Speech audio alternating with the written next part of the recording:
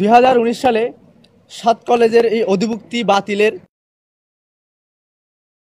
এই বর্তমানের অন্তর্বর্তীকালীন সরকারের দুজন উপদেষ্টা জনাব আসিফ মাহমুদ ভাই এবং জনাব নাহিদ ভাই হচ্ছে এই আন্দোলনে সক্রিয় ছিলেন। গত কিছুদিন আগে 7 কলেজ বিষয় নিয়ে একটা মিটিং হয়। সেই মিটিংয়ে আমাদের উপদেষ্টা মহোদয়ের একজন আসিফ মাহমুদ ভাই ছিলেন। ওই মিটিং শেষে প্রেস সচিব ঢাকা বিশ্ববিদ্যালয়ের অভ্যন্তরে 7 কলেজের জন্য ভবন নির্মাণের কথা বলেন। তার কয়েকদিন আগেই আমরা দেখতে পাই ঢাকা বিশ্ববিদ্যালয়ের 43,000 শিক্ষার্থী, এই 43,000 শিক্ষার্থীদের এবং প্রয়োজনীয় সুযোগ সুবিধা দিতে বিশ্ববিদ্যালয় প্রশাসন ব্যর্থ প্রমাণিত। আমরা জানি আমাদের শিক্ষার্থী বোনদের যথেষ্ট পরিমাণ সিট নাই, যার ফলে তারা বাইরে অবস্থান করতেছে, মেসে থাকেন। তা সত্ত্বেও বিশ্ববিদ্যালয় প্রশাসন 7 কলেজের প্রায় 2,67,000 শিক্ষার্থীদের দায়িত্বভার গ্রহণ করেছেন, যার ফলে প্রতিনিয়ত আমরা নানা রকম সমস্যার সম্মুখীন হচ্ছি। আমরা ঢাকা বিশ্ববিদ্যালয়ের শিক্ষার্থীরা প্রশাসনিক কার্যক্রমের বিড়ম্বনায় সম্মুখীন হচ্ছি।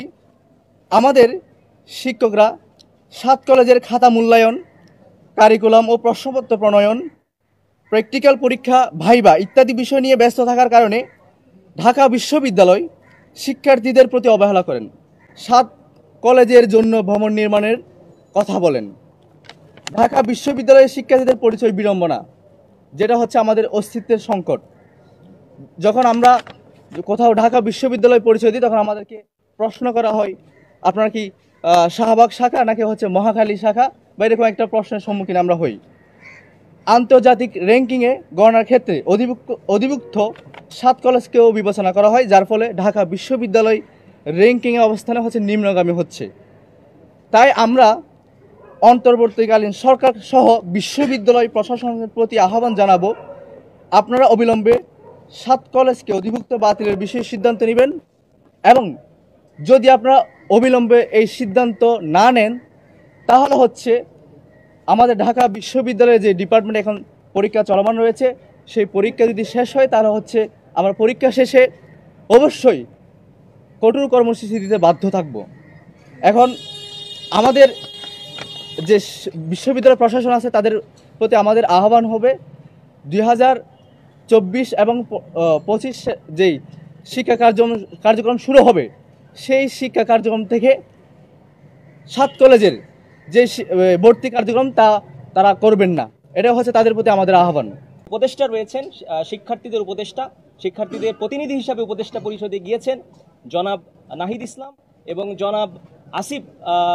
ওনারা কিন্তু এই আন্দোলনের মাধ্যমেই বেড়ে উঠেছেন, অর্থাৎ তাদের হাত ধরেই কিন্তু এই 7 কলেজের অধিভুক্তি বাতিলের আন্দোলনটা শুরু হয়েছিল। এ কারণে যখন এই আন্দোলনটা ছড়িয়ে পড়েছিল, তখন ছাত্রলীগ, সন্ত্রাসী ছাত্রলীগের কর্মীরা কিন্তু আসিফ ভাইকে এই এফবিএস এর প্রাঙ্গণে তাকে পিটিয়েছিল এবং তার চোখে জখম করেছিল। 7 কলেজের যে উপহার তিনি এই যে আরিফিন সিদ্দিকের মাধ্যমে বাস্তবায়ন করেছেন 2017 সালে, এই ফ্যাসিবাদী 7 কলেজের যে ঢাকা বিশ্ববিদ্যালয়ের উপর যে একটা বোঝা হিসাবে চাপিয়ে দেওয়া হয়েছে, শিক্ষার্থীদের অস্তিত্বের সংকটে ফেলা হয়েছে, শিক্ষার্থীদের আত্মমর্যাদা এবং তাদের অধিকার, তাদের যে এখানে শিক্ষা কার্যক্রম চালানোর জন্য যে জিনিসগুলো রয়েছে, সেগুলো ঢাকা বিশ্ববিদ্যালয়ের 43,000 শিক্ষার্থীদের জন্য পর্যাপ্ত নয়। সেখানে আবার 2,67,000 শিক্ষার্থীকে টেনে নিয়ে আসা হচ্ছে উইদাউট এনি রিজন। সো এই যে এক ধরনের বৈষম্য এবং যে প্রহসন ঢাকা বিশ্ববিদ্যালয়ের শিক্ষার্থীদের সাথে করা হচ্ছে দীর্ঘদিন ধরে, এর বিরুদ্ধে এবার আমরা সর্বাত্মক আন্দোলনে নামবো এবং এবার যদি আমরা বাস্তবায়ন না করতে পারি, তাহলে এই যে আমাদের সমস্যা, এটা আমাদের চিরদিনের জন্যই থেকে যাবে। এ কারণে বর্তমান যে প্রশাসন রয়েছেন, তাদের প্রতি আমাদের বিনীত অনুরোধ থাকবে, সিদ্ধান্ত নেন দ্রুত। যদি না নিতে পারেন, তাহলে ঢাকা বিশ্ববিদ্যালয়ের শিক্ষার্থীরা সর্বাত্মক আন্দোলনে যাবে। এবং আমরা হুঁশিয়ারি দিয়ে বলতে চাই, 2024-25 শিক্ষাবর্ষে যদি ঢাকা বিশ্ববিদ্যালয় আবার পুনরায় 7 কলেজের শিক্ষার্থী ভর্তি নেয়, অর্থাৎ তারা অধিভুক্তি বহাল রাখে 2024-25 শিক্ষাবর্ষের ক্ষেত্রে, তাহলে এই প্রশাসনকে কঠোর জবাবদিহিতার আওতায় আনা হবে এবং আমরা ইনশাআল্লাহ খুব দ্রুতই আমরা আমাদের মাঠের কর্মসূচি ঘোষণা করব। আপনাদেরকে যদি আমি জানাতে চাই যে আমাদের এই 7 কলেজের ফলে যে কি সমস্যার সৃষ্টি হয়েছে, এর প্রধানতম সমস্যা হচ্ছে ঢাকা বিশ্ববিদ্যালয়ের শিক্ষকরা আমাদের যে রেগুলার যে ব্যাচগুলো রয়েছে তাদের যে শিক্ষা কার্যক্রম অর্থাৎ ক্লাস পরীক্ষা এগুলো তারা ভালোভাবে নেয় না, কারণ তাদের উপর চাপ থাকে। 7 কলেজের শিক্ষার্থীদের খাতা মূল্যায়ন, প্র্যাকটিক্যাল, এই সেই হাবিজাবি মিলিয়ে তারা তাদের মূল্যবান সময় 7 কলেজকে দিচ্ছেন। কিন্তু আমাদের যারা রেগুলার শিক্ষার্থী, যাদের অধিকার সবচেয়ে বেশি, এখানে পড়াশোনা করা আসা প্রত্যেকটি শিক্ষার্থীর স্বপ্ন হচ্ছে দেশ সেরা বিশ্ববিদ্যালয়ের দেশ সেরা অধ্যাপকদের কাছ থেকে তারা তাদের পাঠদান, তাদের যে পাঠ সেটা নেবেন। কিন্তু দুঃখজনক হলো এখানকার শিক্ষার্থীরা সেই অধিকার থেকে বঞ্চিত হচ্ছে। এরপরে যদি আপনি দেখেন ঢাকা বিশ্ববিদ্যালয়ের যে র্যাঙ্কিং সেটা ক্রমাগত নিম্নমুখী। এর প্রধানতম কারণ হচ্ছে এই 2,67,000 শিক্ষার্থীর ভার। এই 2,67,000 শিক্ষার্থীর ভার ঢাকা বিশ্ববিদ্যালয়কে কেন নিতে হবে, যেখানে 43,000 শিক্ষার্থীদের আবাসন, তাদের যে খাদ্য ব্যবস্থাপনা, তাদের যে মানে রাতে থাকার, নিশ্চিন্তে থাকার যে ব্যবস্থা সেটাই তারা করতে পারে না, সেখানে আবার 2,67,000 শিক্ষার্থীর দায়িত্ব নিচ্ছে। সো এই যে প্রহসন, এই প্রহসন শেষ করার এটাই শ্রেষ্ঠ সময়।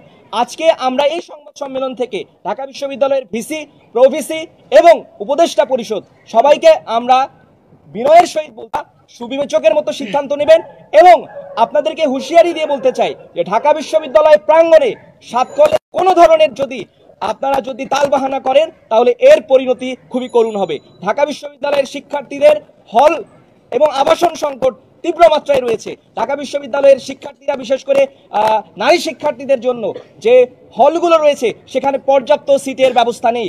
আপনারা ঘুরে আসুন কুয়েত মৈত্রী হল এবং বঙ্গমাতা হল থেকে যাপন করছেন আমাদের নারী শিক্ষার্থীরা।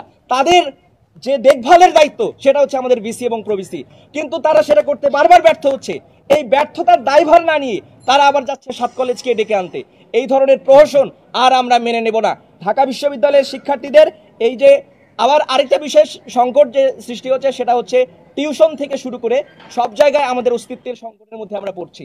ঢাকা বিশ্ববিদ্যালয়ের শিক্ষার্থীদের যে আত্মমর্যাদাবোধ সেটা এই যে 7 কলেজের কারণে কমে যাচ্ছে।